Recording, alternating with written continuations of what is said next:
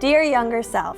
Hi everybody, today we'll be discussing being cool versus being mean with Lucie Fink.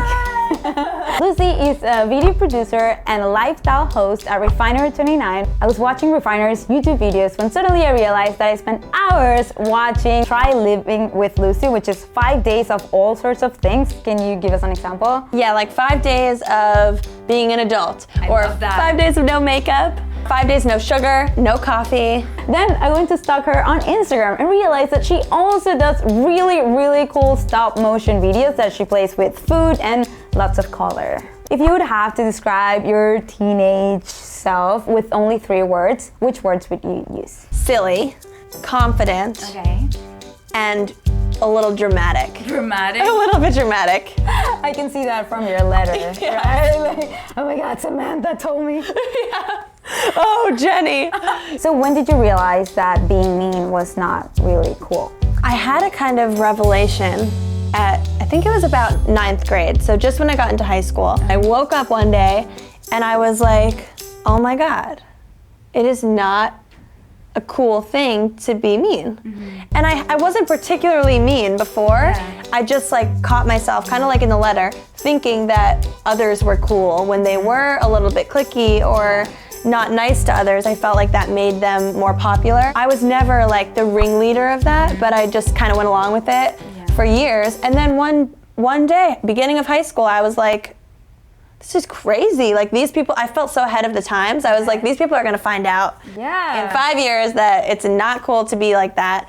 And you know, starting all through high school, like I was very clearly in kind of 2 crowds. I had my like friends, and then I was also the president of the drama club, which was not a stereotypically cool thing to be in. Everyone in the drama club was just so cool and different. My thing was always like having multiple circles. I never really saw anyone in any sort of order. I was always just like, these are my friends and they're all into different things and have different interests. I didn't get the sense that being in the drama club was like the coolest thing in the world, but I like owned it. I was like, I love it here. I understand that it's not everyone's cup of tea, but I just have multiple cups. I love that. I love breaking the stereotype of what people think I'm gonna be based on who I'm friends with. Just because I'm friends with these people doesn't mean that I'm gonna treat you a certain way. Like I'm gonna be your friend and be Lucie to you, no matter who I hang out with on Saturday night. Yeah. And that was always like, I prided myself on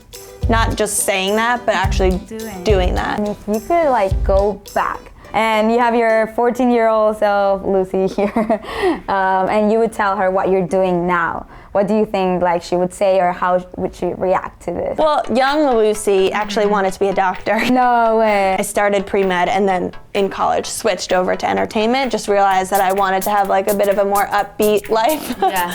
But I think if I told younger self, Lucie, that I was gonna be doing something like this, she'd probably be like, cool, great, that's so fun. You're meant to do this, like you're so awesome. Just so happy that I switched. Yeah.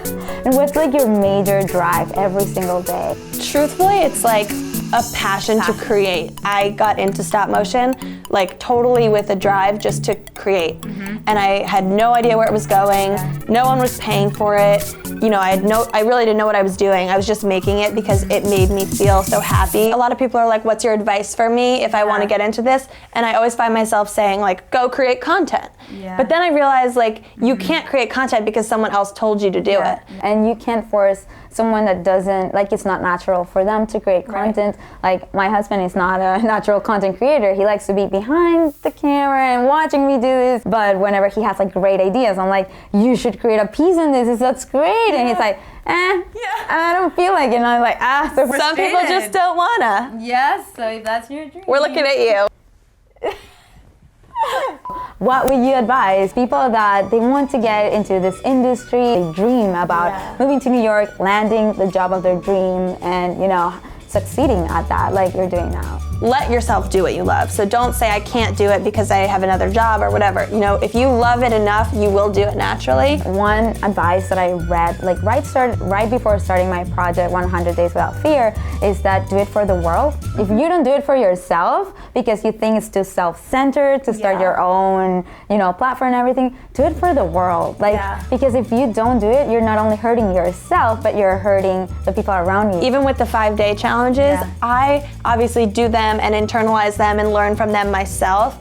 And I don't even fully realize how they're affecting other people until I read comments and I'm like, oh my God, there is a person in Argentina right now who is drinking a lot of water because I convinced her that it would be good for her body. And if you could like try to find one of the proudest moments of your life, what would that be? My video series on Refinery has been picked up on Delta in-flight entertainment.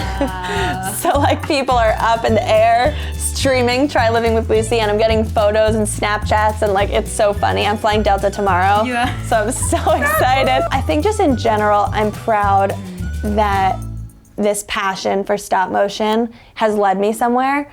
I'm pretty proud of how I've just kind of stuck with it and broke that barrier of making videos for nothing and then being able to monetize off them, and like now I can pay my rent in my apartment through Instagram. That's amazing. So like that just is proud. I'm proud to say that Instagram is paying my rent. So if you could go to the future and tell something to your future self, like 10 years from now.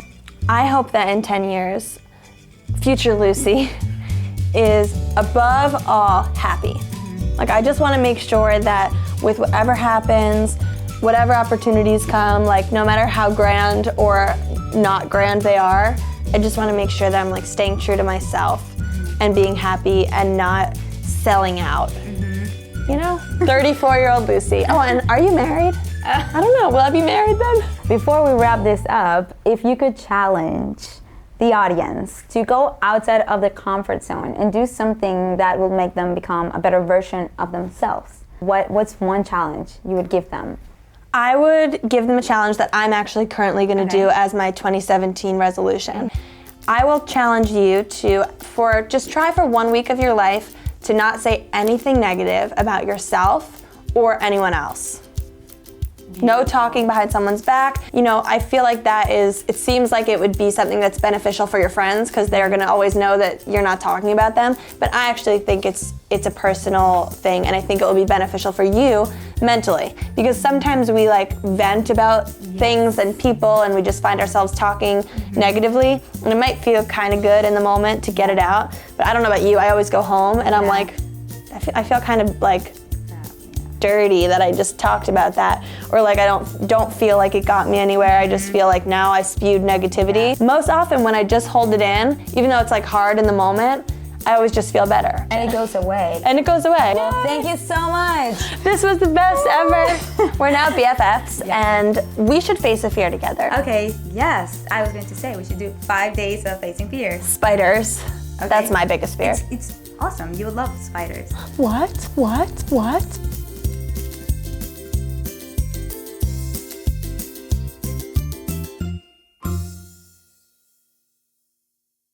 We can just pop emojis on the screen here. Stalker! We can speak Spanish. Oh, okay. Yeah, I thought you Un poco. Yeah. That'd be amazing. Sí. Let's all of a sudden switch to Spanish. Yeah. 5 días de español. Sí. Hi, can I speak with Brittany? Is Brittany there? Spears. Wait, what was I gonna say? I was gonna say, lost train of thought. Water Water break.